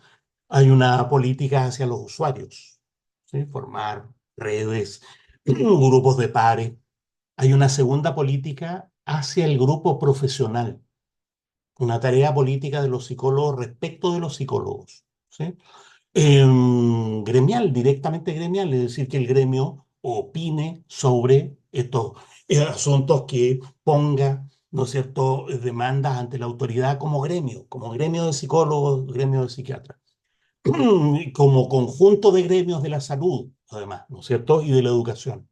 Y hay una tercera política que es la de los ciudadanos, cuando los ciudadanos salen a la calle a exigir que las embarazadas no sean sometidas a electroshock, una práctica común, que eso sea prohibido, que los menores de 14 años no sean medicados psiquiátricamente, que los ciudadanos puedan negarse a ser diagnosticados. Todos esos son derechos de los ciudadanos en general. Yo creo que deberían prohibirse las pruebas psicológicas para evaluar en educación y en el campo laboral. Las pruebas psicológicas como método de discriminación en educación son un atentado contra el derecho a la educación. Las pruebas psicológicas como selección de personal son un atentado contra el derecho al trabajo. Usted tiene que ser contratado y si lo hace mal lo despedirán. Usted tiene que ir a una comunidad escolar, ¿no es cierto? Y si se comporta de manera anómala, la comunidad reaccionará, pero no se puede discriminar a priori a los estudiantes por razones psicológicas, a los trabajadores por razones psicológicas. Eso debería estar prohibido y eso ya no es un problema de los usuarios, no es un problema de los psicólogos, es un problema de la ciudadanía en general. Entonces, yo diría que hay esas tres políticas y en cada una de esas políticas hay distintos criterios de éxito. Logré formar un grupo, logré que el gremio, ¿no es cierto?, por lo menos en la zona de Monterrey tuviera conciencia de tal cosa, logré que el Estado mexicano sepa echara a los más corruptos del sistema de salud que son emisarios directos de la industria farmacológica. ¿Sí? Una cosa es investigar, que el gremio de los psicólogos debería investigar cuántos fármacos compra el Estado, a qué precios. Ahí se van a encontrar con una pelea ciudadana desde los psicólogos, ¿no? Yo diría esos tres niveles. Alejandro Navarro escribió en el chat, em, el capitalismo necesita personas enfermas para poder funcionar. No, no, no enfermas. Necesita personas contenidas, ¿sí? Em, Hay dos razones para esto, que son razones estructurales, ¿sí? Una es que los medios altamente tecnológicos producen un cansancio de nuevo tipo, un cansancio neuromuscular, porque la mayoría de los trabajadores, incluso en los sectores de producción más básicos, trabajan con indicadores, tienen que trabajan con perillas, con interfaces, ¿no? Y entonces, restaurar la fuerza de trabajo es mucho más difícil que en el capitalismo clásico. Por eso es necesaria estructuralmente la industria del espectáculo, para que los trabajadores puedan restaurar, aunque sea de manera, ¿no es cierto?, horrenda, su fuerza de trabajo y ser explotados tranquilamente, ¿no es cierto?, después de un fin de semana. Pero además de la industria del espectáculo hace falta todo un sistema de contención de los desbordes subjetivos que produce el cansancio, ¿sí? Es decir, el trabajador que no da más y estalla, ¿sí? Bueno, entonces todo este sistema en el ámbito del trabajo cumple una función estructural, le da viabilidad a un capitalismo altamente tecnológico. Sin la industria del espectáculo, sin la industria farmacológica, los trabajadores simplemente reventarían, ¿sí? En unos términos muy objetivos, es decir, producirían fallos laborales que significarían costos muy grandes, porque ese es otro problema, ¿no? La producción está tan en red que los fallos laborales producen pérdidas enormes, pérdidas que se propagan por la red. Entonces, para disminuir los fallos laborales está todo este sistema. Uno podría sostener que además les interesa tenernos a todos drogados, qué sé yo, dopados para que no veamos la realidad, pero eso ya me parece más una teoría conspirativa que esta cuestión objetiva esta necesidad estructural de la producción altamente tecnológica que estoy sosteniendo, ¿sí? Esto es una lucha en otro nivel que ya se dio hace 100 años, en otro nivel de complejidad. Yo no sé si ustedes saben, pero el alcoholismo no fue una enfermedad masiva hasta el siglo XX. Recién en el siglo XX, a propósito de la industrialización, hubo, ¿no es cierto?, una verdadera explosión de alcoholismo en todos los países industrializados, desde Estados Unidos, Inglaterra hasta la Unión Soviética y el área socialista. Bueno, enormes niveles de alcoholismo. Sepan que la Organización Internacional del Trabajo se creó en 1922-24 como una alianza entre empresarios, trabajadores y estados para disminuir los accidentes laborales. Y en primera línea, para abordar el problema del alcoholismo masivo. ¿Sí? Disminuir los accidentes laborales, para que vean, era un problema estratégico, era un problema estructural, producía unas pérdidas enormes. Pero esa es la producción industrial a nivel fordista. Entonces, el problema que tenemos ahora es que 100 años después ha habido un salto tecnológico enorme y la intensidad productiva de las redes actuales es mucho mayor y, como digo, produce formas de cansancio cualitativamente mayores. ¿Sí? Luis Gerardo Arroyo escribe, ustedes lo pueden leer también en el chat, em, sobre la importancia de los grupos de apoyo de los expertos por experiencia.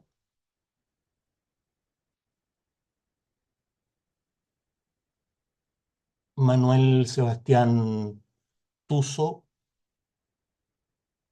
ya lo digo, me pregunta por el impacto del desarrollo tecnológico en la subjetividad. Básicamente, de lo que se trata es de que nos cansamos de una manera distinta a cómo nos cansábamos en el capitalismo industrial, ¿no? En el capitalismo fordista. Piensen ustedes que actualmente una manera de descansar es ir al gimnasio, de una manera muy curiosa, salir a trotar. Es decir, el cansancio muscular alivia el cansancio más profundo que tenemos, que es de tipo neurológico. Neurológico subjetivo, ¿no? Porque el cansancio neurológico afecta directamente sobre la subjetividad.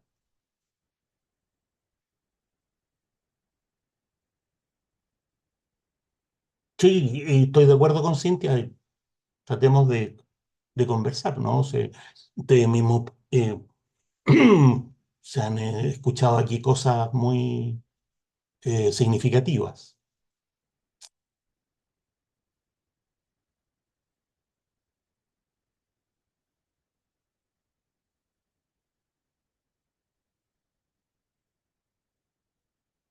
Muy bien, conversemos. Ustedes, esas mismas Me cosas que... gustaría abonar, profesor, precisamente en el apartado del área bueno, de nuestra intervención como profesionales gremiales, ¿no? Creo que algo que podría abonar bastante a la disputa, ¿no? Sería crear instituciones que pudiesen, bueno, yo estoy muy convencido de que quizás sería bueno crear un sindicato gremial de psicólogos, de alguna u otra manera para poder tener una protección institucional, y que no seamos arrojados, de las instituciones donde podamos, intervenir por ahí, ¿no? En ese sentido, formar colegios o sindicatos de psicólogos, politizados completamente para poder, pues ahora sí, ¿no? Trabajar desde un punto común. Sí, sí. Aquí en Chile hay un colegio de psicólogos bastante despolitizado, pero de vez en cuando se suma a las peleas de los gremios de la salud. Entonces hay toda una tarea ahí, si no existen, de formarlos y de hacer política, ¿no es cierto?, como profesionales al interior de esas asociaciones. Marlene Casas me pregunta un caso muy concreto. ¿Qué hacer cuando los propios padres de un niño de 6 años piden o consienten la medicación? Hay que buscar a un psiquiatra. Hay que tratar de tener como apoyo, porque los padres le creen a los psiquiatras. Entonces hay que buscar un psiquiatra que le explique a los padres por qué la medicación no es necesaria. Existen esos psiquiatras en prácticamente todos los países del mundo, salvo en Chile, y hay que tenerlos como apoyo, por decirlo así. Es un caso en que la autoridad profesional puede ser un apoyo. En general, nosotros criticamos la autoridad y la asimetría de poder, etcétera, pero eso en situaciones muy concretas no es muy práctico. Es preferible recurrir temporalmente a la autoridad del psiquiatra para iniciar un proceso, ¿sí? El mismo problema me preguntan los estudiantes. ¿Qué hago si son mis padres los que me piden que me medique? Entonces yo lo que le digo a los estudiantes, mira, a ti tus padres no te van a creer porque tu profesor, en mi caso de filosofía de la ciencia, te lo dijo. No te van a creer porque el psicólogo te lo dijo. Busca un psiquiatra que te apoye.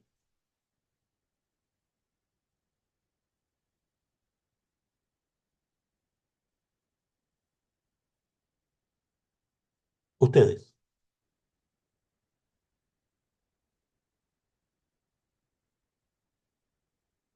Noten cómo los discursos académicos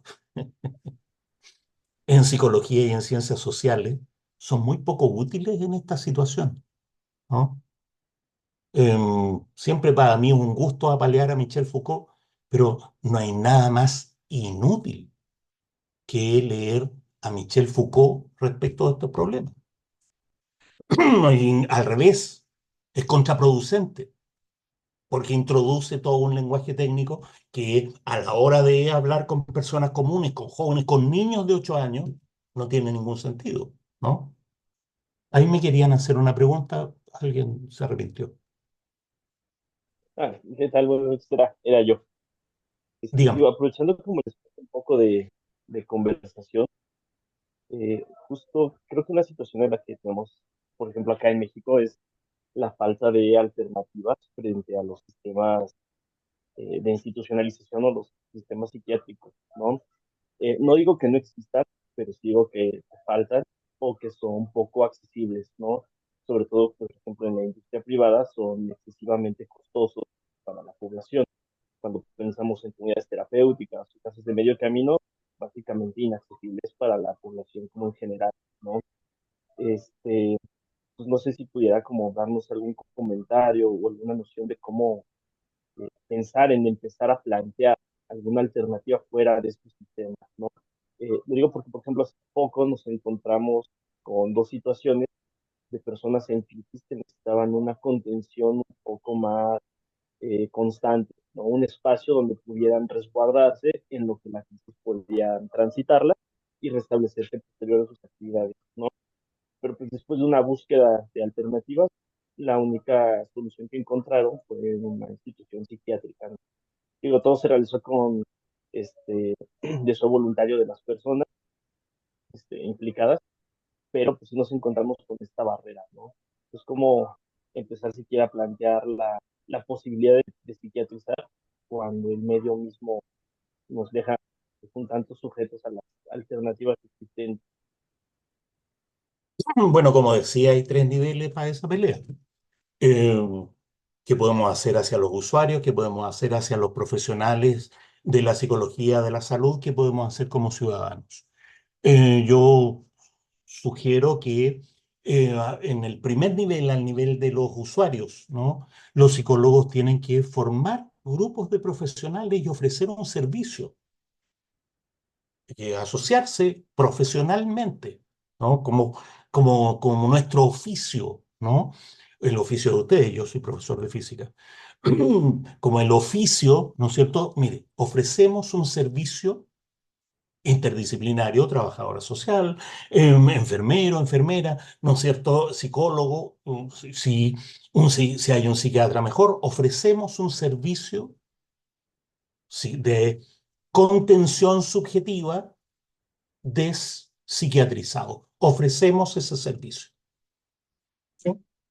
Y entonces, 3, 4 compañeros de universidad forman uno, 5 formarán otro, otro irán, ¿no es cierto?, a Ciudad de México, a otras ciudades, ¿no es cierto?, a formar grupos de ese tipo. Ese primer nivel también hay que hacerlo entre pares. No hay manera de conseguir algo significativo como psicólogo individual frente a pacientes individuales. ¿No?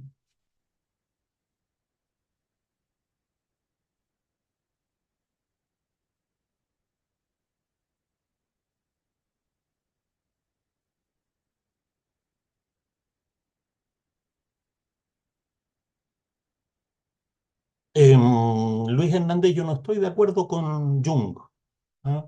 De que el enfermo no logra una comprensión de sí mismo en el plano subjetivo. No estoy de acuerdo en absoluto. Primero, en que se trate de un enfermo. Segundo, en que los enfermos tengan una especie de, bueno, es que el psicoanálisis sirve para eso, ¿no? Tienen traumas inconscientes y formas de represión, o sea, sirven, el psicoanálisis, el discurso psicoanalítico sirve, entre otras cosas, para racionalizar por qué el psicólogo tiene más poder que el paciente. Es decir, para llegar justamente a esta conclusión, el paciente no sabe lo que le pasa. ¿Quién sabe lo que le pasa? No, bueno, mire, yo sé lo que le pasa. No, ahí estoy radicalmente en desacuerdo.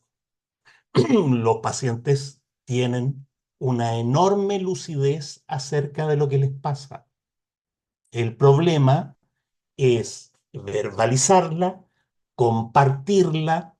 El problema es ser reconocidos. Yo creo que me pasa tal cosa. Reconozca lo que le dice el paciente. Es una torpeza clínica de orden mayor decir, mire, en realidad lo que a usted le pasa es inconsciente, yo lo veo, pero usted mismo no lo puede ver, ¿no? Eso, en general, el psicoanálisis como práctica clínica, es un fraude, así de simple. Es un fraude que trajo a la psicología el vicio de la estigmatización y el vicio de la asimetría de poder entre el terapeuta y el paciente, como si el terapeuta no tuviera una subjetividad conflictiva y como si el paciente fuera un ente pasivo, ¿sí? Desde luego, hay prácticas psicoanalíticas que han tratado de superar eso, pero eso está en la matriz, en los tres. En Freud sobre todo, pero también en Adler, también en Jung, ¿sí? ¿Para qué vamos a decir en Lacan, ¿no es cierto?, que es el colmo de la soberbia, que es el colmo de la arrogancia intelectual, ¿sí? En ese sentido, yo creo que lo que hay que hacer es creerle al usuario en sus propios términos y confirmarlo y llevarlo a las raíces intersubjetivas y sociales de lo que está diciendo, ¿sí? No es, no es Tejeda eso. Sí, profesor, quería pasarle una pregunta que nos enviaron. Se la leo. ¿Será Bien. que tendríamos que empezar por cuestionar el método científico per se? Porque parece que se le quita valor a las investigaciones porque los resultados no son replicables y eso significa que no es científico. Pero eso pone el método científico como el saber y la única y más válida forma de acceder al conocimiento. No sé por qué eso sí es válido comenzar por cuestionarlo antes, ¿no? Yo creo que es un muy mal negocio cuestionar al método científico mismo, porque en los tribunales, porque el Estado habla desde el método científico. Cuando uno se pone al lado fuera del método científico, se pone en el margen en que el poder quiere tenerlo a uno, ¿no? Pero usted no puede argumentar con pensamiento mágico, no puede argumentar con epistemologías del sur en los tribunales. ¿Se entiende? Eso revela la enorme impotencia política del pensamiento postcolonial, que es defendible en las universidades, pero que no es defendible ante el más mínimo funcionario público en ningún país en América Latina, ¿sí? No, lo que yo creo, lo he conceptualizado de esta manera, es que hay que usar el método científico de manera adversativa. Usar el método científico de manera adversativa significa usarlo no para probar algo, no para descubrir algo, sino para mostrar que lo que ellos dicen que saben no tiene el fundamento que ellos dicen que debería tener. Ellos son los que usan el método científico muy bien, que cumplan con su palabra. Y entonces lo que uno puede hacer es mostrar que no es cierto, que han mostrado científicamente lo que dicen que han mostrado científicamente. Eso es usarlo de manera adversativa. No porque sea el máximo del conocimiento posible o el método por excelencia del conocimiento, sino porque es el discurso del poder. De lo que se trata es de hacer un argumento interno, mostrar que lo que dicen que saben no es válido según sus propias formas de validación, según las formas de validación que ellos mismos proclaman. Noten que esto empezó en 1999, cuando Irving Kirsch tomó los informes que las industrias farmacéuticas enviaban a la FDA, la Oficina de Drogas y Alimentos en Estados Unidos, para que les autorizaran los fármacos. Para autorizar un fármaco, la industria farmacéutica presenta un informe. Hemos hecho pruebas, ¿no es cierto?, de ciego y doble ciego sobre este fármaco. Entonces, Irving Kirsch tomó los propios informes de la industria farmacéutica para mostrar que carecían de validez científica. Una pelea ejemplar, ¿sí? Hay mucha gente que trabaja en esa dirección hasta el día de hoy. Yo los invito a que consulten lo que se llama colaboración Cochrane. La colaboración Cochrane es una red abierta en que los médicos hacen estudios, metaanálisis sobre los fármacos y los procedimientos médicos en general, no solo en psiquiatría, ¿sí? Y entonces, increíble la cantidad de cosas que parece que se han mostrado y en realidad no se han mostrado, ¿sí? Por ejemplo, en la colaboración Cochrane se investiga e incluso se llama a conciliar a las partes, ¿no? Se dio a propósito de el trastorno de déficit atencional. La industria pagó psiquiatras para que dijeran hay trastorno de déficit atencional. Los opositores se presentaron. Se hizo un comparendo para llegar a un consenso mínimo. A ver, díganos, al menos, en qué están todos de acuerdo.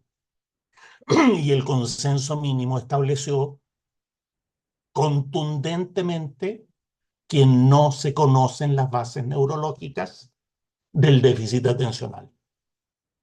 Y como no se conocen las bases neurológicas, entonces los fármacos no curan el déficit atencional. Un efecto de eso que es extraordinario es que actualmente la industria farmacéutica reconoce que los fármacos psiquiátricos no curan nada, sino que solamente operan sobre los síntomas y los contienen.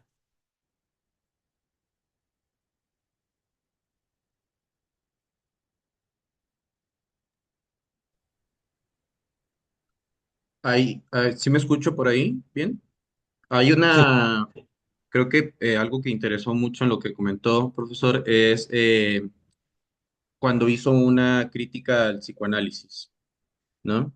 Y surgió una pregunta que me parece interesante rescatar ahí en el chat, que dice, en su trayectoria y postura epistemológica, considera que hay relación entre el materialismo histórico y dialéctico y el psicoanálisis, y entre paréntesis, no solo como práctica clínica, sino en todo su corpus teórico. Hay un crítico alemán que se llamó Karl Kraus, extraordinariamente ingenioso, que hizo la siguiente formulación, que a mí me parece brillante. Karl Kraus dice en 1932, el psicoanálisis es una enfermedad que se confunde a sí misma con la curación. Es notable, porque noten que técnicamente eso es. Técnicamente eso es. O sea, la terapia psicoanalítica consiste básicamente en producir una neurosis de transferencia para, elaborando la neurosis de transferencia, poder alcanzar la neurosis basal. ¿Sí? Es decir, efectivamente, desde un punto de vista técnico, el psicoanálisis produce una enfermedad y la usa para, como método de curación. Pero la ironía es evidente, ¿no? Es evidente. El psicoanálisis es una enfermedad. Lo que pasa es que cree que él mismo es la curación, ¿sí? Em, el único que trató de conciliar el psicoanálisis con el marxismo fue Wilhelm Reich. Lo hizo de una manera brillante, ¿no? Sin embargo, ni el marxismo que él puso en la ecuación, ni el psicoanálisis que puso para analogarlo, tienen que ver, por un lado, con Freud y por otro lado, con la Academia de Ciencias de la Unión Soviética. ¿Sí? El materialismo histórico y el materialismo dialéctico son el discurso del marxismo soviético. Entonces, Wilhelm Reich, de manera brillante, notó que para conciliar psicoanálisis y marxismo, lo que había que hacer era pararse en un marxismo distinto del marxismo mecanicista, cienticista de la Academia de Ciencias de la Unión Soviética. Pero al mismo tiempo, para el otro lado, se dio cuenta que el psicoanálisis tenía que ser reformulado a unos términos en esa época, en ese momento de Wilhelm Reich, no biologicistas como los de Freud, aunque lo niegue, sino plenamente sociales e historicistas. Ese es el único esfuerzo para conciliar marxismo y psicoanálisis directamente. Wilhelm Reich tiene un libro que se llama así, ¿ah? Materialismo dialéctico y psicoanálisis, que es de 1932. Después cambió absolutamente de opinión y el Wilhelm Reich posterior no es ni marxista ni psicoanalista, pero en ese momento se da esa síntesis. Lo menciono como el único porque es el único que trató de mantener además el poder clínico del psicoanálisis. Un psicoanálisis fuertemente historizado, socializado, psicoanálisis para obreros, ¿no? Así lo planteaba Wilhelm Reich.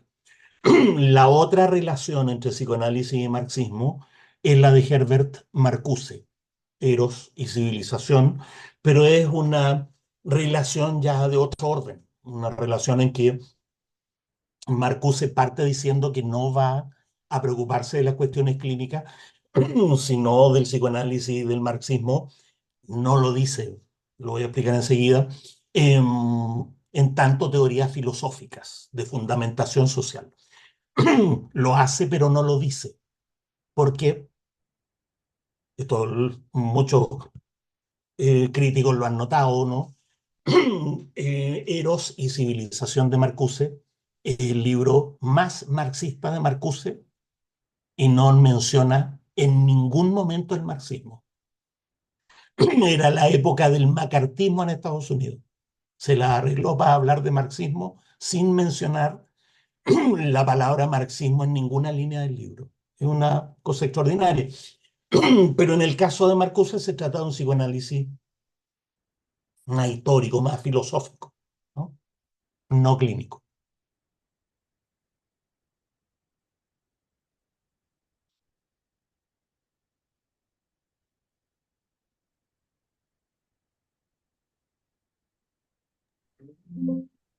Pues, no sé si queda por ahí alguna otra pregunta que hayan hecho por ahí. Hay alguien ya levantó la mano y el buen Andrés. Andrés. Buenas tardes, buenas noches a todos. Profesor, un gusto volver a verlo, volver a escucharlo. Desde la última vez ya dejé de leer a Dussel, entonces Vamos aprendiendo. No, no es Bueno, cierto, solo era avanzamos. una pequeña broma.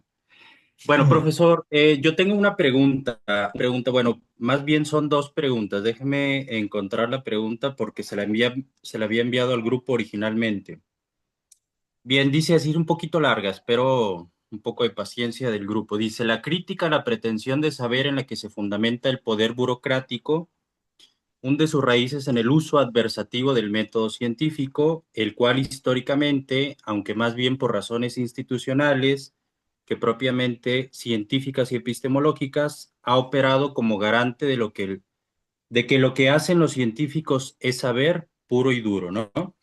A partir de lo anterior me surge una inquietud que como tal me inquieta y no solo es mera curiosidad como luego se entiende el tener inquietudes, ¿no? ¿Hay manera de fundamentar conocimiento, saber, o lo que hay más bien es solo pretensión del mismo? ¿La cientificidad es un ideal que regula la práctica científica o si es alcanzable? Por ejemplo, en lo que usted menciona de recurrir a un psiquiatra en la coyuntura, ¿no? De dar la pelea por despsiquiatrizar, desmanicomializar, etc.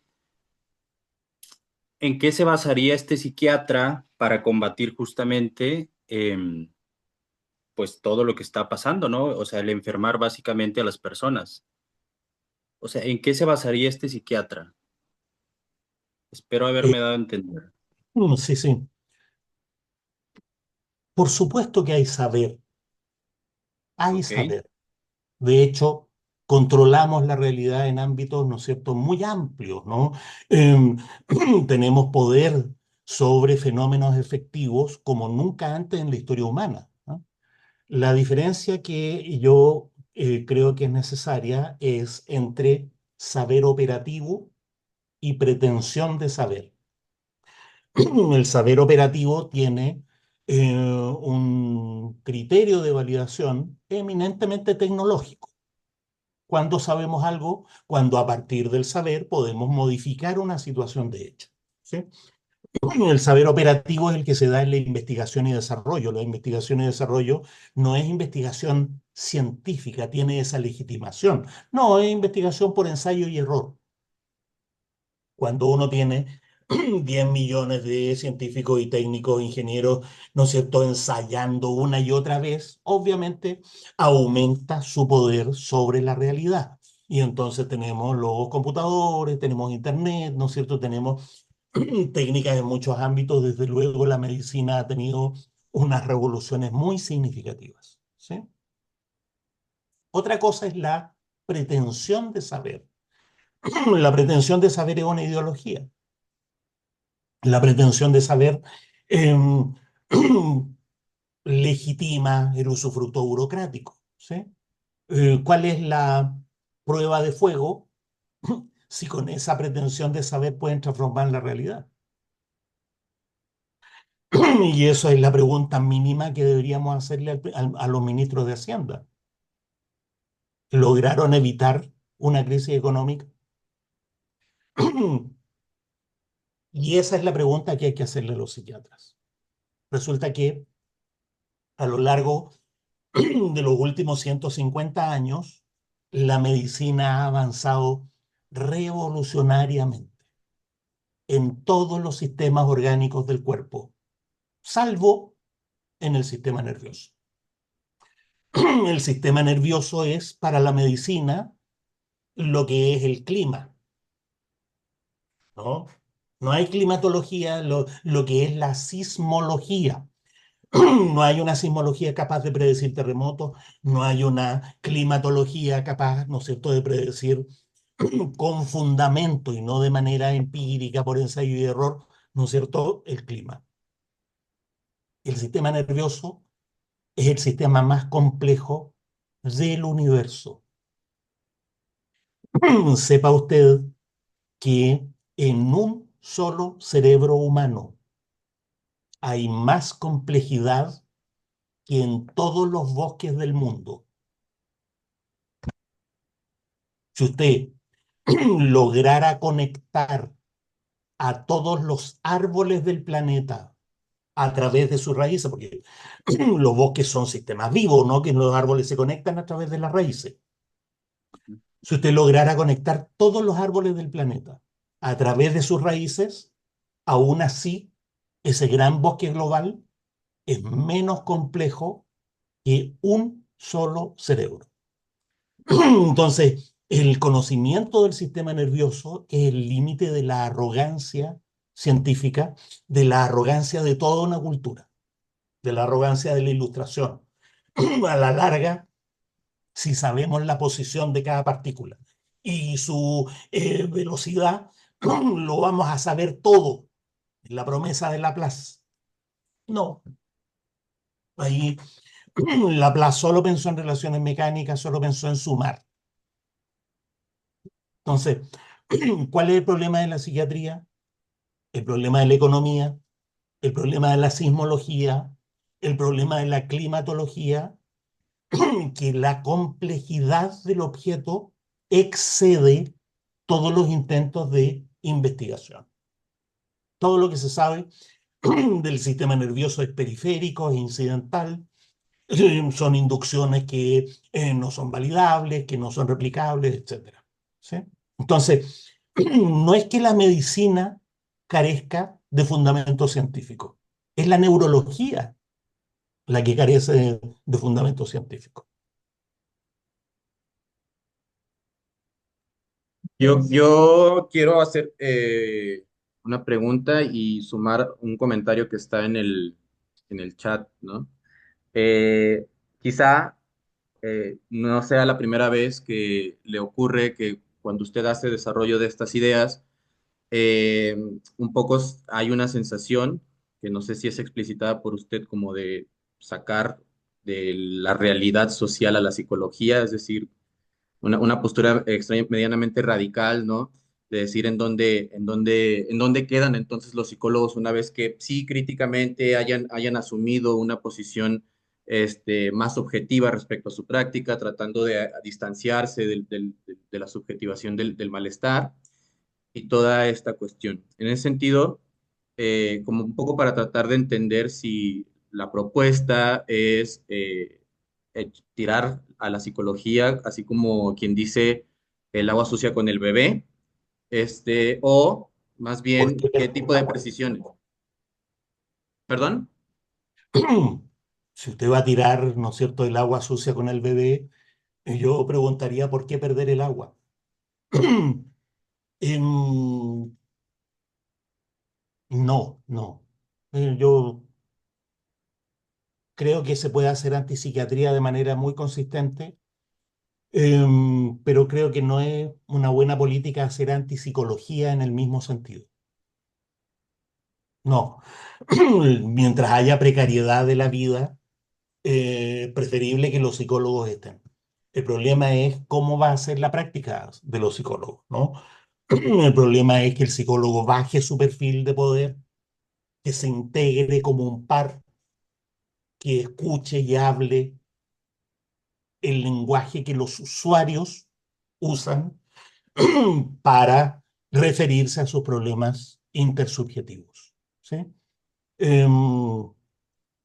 En ese sentido, los psicólogos tienen mucho trabajo crítico que hacer en la psicología clínica, además de hacer, ¿no es cierto?, psicología social. El problema es que, considerada así, la psicología clínica es de suyo social. Está asumiendo su fundamento social, la necesidad de ejercerse en comunidad, ¿no? Entonces, no es lo mismo la línea de crítica radical contra la psiquiatría que mantener una línea del mismo tipo contra la psicología, ¿no? Yo defendería la psicología con un fundamento social y una práctica clínica que dé cuenta de ese fundamento social. Ahí creo que es donde creo que sería pertinente un poco la pregunta o este comentario que hay en el chat respecto a si podría usted explicar, por favor, cómo entiende la diferencia entre el psicoanálisis clínico, que quiero entender que la pregunta un poco trata de hacer la precisión del psicoanálisis clínico como práctica y el psicoanálisis más filosófico, que en sí mismo el psicoanálisis es todo un planteamiento de problemas y sistema de pensamiento. Lo que pasa es que Freud hizo algo en términos filosóficos extraordinariamente valioso y profundo. Desmontó muy radicalmente la idea de sujeto cartesiano. ¿Sí? Ese es un gran valor. Freud, además, Marcuse, no Freud, hizo toda una operación de historización de esa crítica que Freud había hecho al sujeto cartesiano. Es decir, una operación de historización de la subjetividad común descubierta, ¿no es cierto?, o propuesta por Freud. ¿Sí? Eso en términos filosóficos es extraordinariamente importante. ¿No? No es precisamente novedoso, no lo es. El sujeto cartesiano había sido desmontado radicalmente por Kant, de una manera muy distinta por Fichte y de una manera tremendamente radical por Hegel. ¿Sí?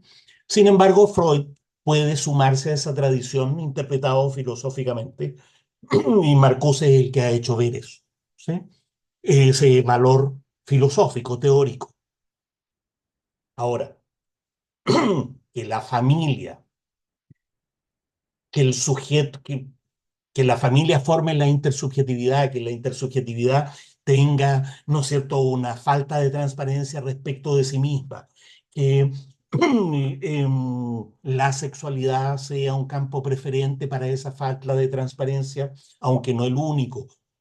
De todo eso no se sigue un método clínico. No se sigue. Hay un salto entre la filosofía que Freud propuso y su práctica clínica, que funcionó estrictamente por ensayo y error, y todo psicoanalista lo reconoce. Freud fue cambiando sistemáticamente no solo su práctica clínica a lo largo de 40 años, sino la teoría que iba construyendo sobre esa práctica clínica. ¿Sí? Y en su tarea clínica, Freud muestra unos sesgos que son pero realmente increíbles, ¿sí? Eh, digamos, como mínimo la envidia del pene, digo. No sé si han oído hablar de eso, ¿no? Unos sesgos patriarcales, pone su situación como criterio de normalidad. Su situación es la de un pequeño burgués acomodado en Viena que atiende puros aristócratas, ¿no? Unos sesgos que implicaron que apenas se enteró de que Wilhelm Reich hacía psicoanálisis, ¿no es cierto?, para obreros, no solo lo echó de la Internacional Psicoanalítica, sino que además dijo que los obreros, ¿no es cierto?, no tenían complejidad mental suficiente como para hacerle psicoanálisis. Horror. Uno, el psicoanálisis clínico no se sigue de la teoría psicoanalítica. Dos, el psicoanálisis clínico está fuertemente sesgado por la persona particular y privada que era Sigmund Freud. Y resultó doblemente sesgado por el arrogante pequeño burgués que era Jacques Lacan. Entonces son dos cosas muy distintas. Muy bien. Pues no sé si ya vamos casi para 2 horas de diálogo. Si alguien más quiere hacer alguna pregunta o precisión más, o si usted, profesor, quiere cerrar con algún comentario ya para ir como Preguntas dando un poco la conclusión. o intervenciones, ¿no? Ujú. Andrés. Bueno, de nuevo, yo no me quiero quedar con las ganas. Yo históricamente he sido un crítico de Lacan. Evidentemente es un autor muy difícil. Hay que tener la humildad también para decir, sabrá Dios lo que habrá entendido de lo que habrá dicho, ¿no? Pero yo también lo he criticado por la misma razón que usted. Pero sí me gustaría que ahondara, aunque sea un poquito, ¿no? Para al menos no quedarnos con las ganas de, bueno, por dónde criticar, ¿no? Sería mi aporte, mi Usted pregunta. quiere que critique a Lacan. Por Em, favor. le puedo decir lo que suelo decir cada vez que se trata de alguno de estos personajes. Es una absoluta pérdida de tiempo tratar de criticar a Lacan. No solo eso, es una pérdida de tiempo tratar de explicar que es una pérdida de tiempo. ¿Sí? las arrogancias de Lacan están ampliamente documentadas por los lacanianos, que las cuentan con orgullo, ¿sí? Em, Lacan mandó a la compañera de Pablo Picasso. Picasso fue a consultarle a Lacan, porque su compañera era más mujer de lo que Picasso podía aguantar. Y entonces la condenó como histérica y se la llevó a Lacan. Y Lacan la llevó a la salpetridera a que le hicieran electroshock, a que le hicieran electroshock. Entonces, las extravagancias de Lacan en los cursos del Colegio de Francia están ampliamente documentadas. ¿No? La catástrofe que produjo Lacan en Althusser está ampliamente documentada. Entonces, una persona cuya, los cambios de opinión de Lacan, porque Lacan comparte con Foucault una característica aberrante. Cada vez que cambiaba la moda intelectual, él cambiaba toda su teoría para acomodarse. Y entonces fue científico investigador de primates, fue humanista, después fue antihumanista, fue estructuralista, después fue postestructuralista. Siempre tratando de estar... A Lacan lo echaron de su propia asociación para reemplazarlo por alguien tan arrogante que no encontró nada mejor que casarse con la hija. Entonces, es una seriedad intelectual de la cual, ¿no es cierto?, vale la pena mantenerse alejado, ¿sí? Yo no creo que Lacan sea difícil. Lacan es intencionalmente difícil, porque creó una mística acerca de su dificultad. Un lacaniano relativamente razonable puede explicar a Lacan en 3 o 4 palabras, pero ¿a cuál Lacan además? ¿Sí? Porque como digo, fue cambiando de opinión, hay por lo menos 6 Lacan distintos a lo largo de sus 40 años. Yo creo que es una pérdida de tiempo, pero desgraciadamente es una pérdida de tiempo tratar de explicar que es una pérdida de tiempo.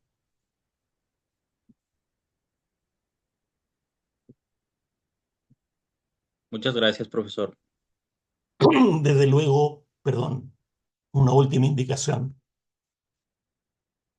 Vaya a una villa miseria, a una población, a una barriada de cualquier ciudad en México y trate de hacer psicoanálisis lacaniano con alguien pobre. Ya iba a ver la dimensión social del psicoanálisis lacaniano.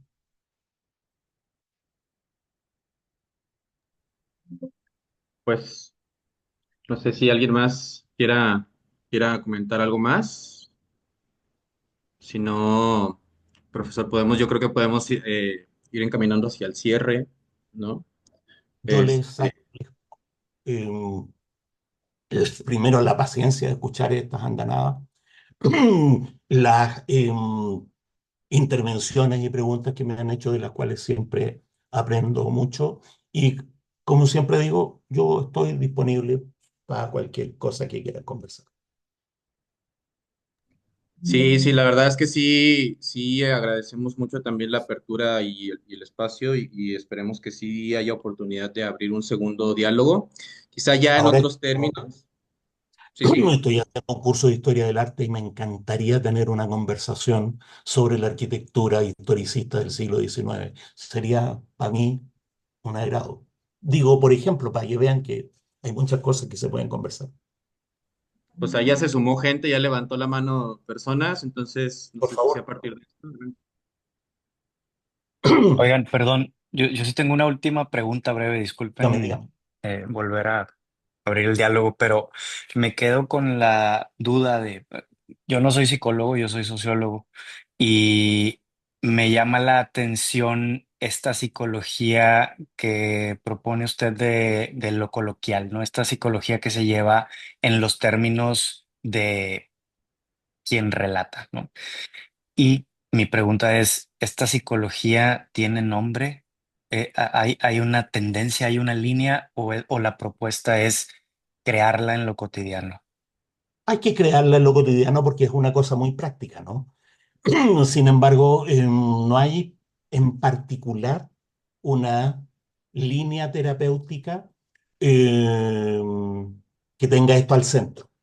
Es al revés. Hay muchas líneas terapéuticas, por ejemplo, en el campo, porque hay gruesamente terapias psicoanalíticas, terapias humanistas, terapias sistémicas, terapias cognitivistas. Son grandes familias dentro de las cuales hay decenas de estilos terapéuticos. ¿Sí? Em, Esto de mantener a nivel no técnico, ¿sí?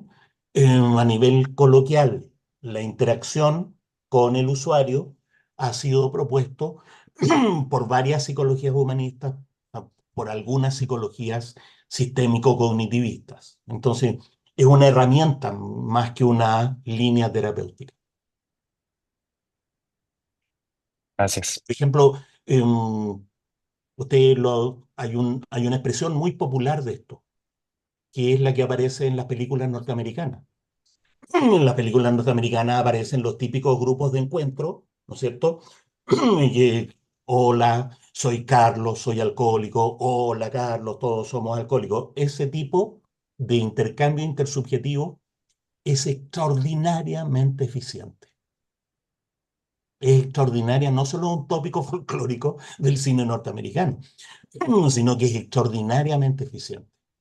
Partió de lo que se llama psicodrama de Moreno, tiene una cierta historia en Estados Unidos. Curiosamente partió al mismo tiempo de psicólogos y antropólogos sociales, ¿sí? Eso es una creación que tiene que ver con la antropología social norteamericana, ¿sí? Entonces, como digo, es una herramienta más que una línea terapéutica específica. Bien. Brenda,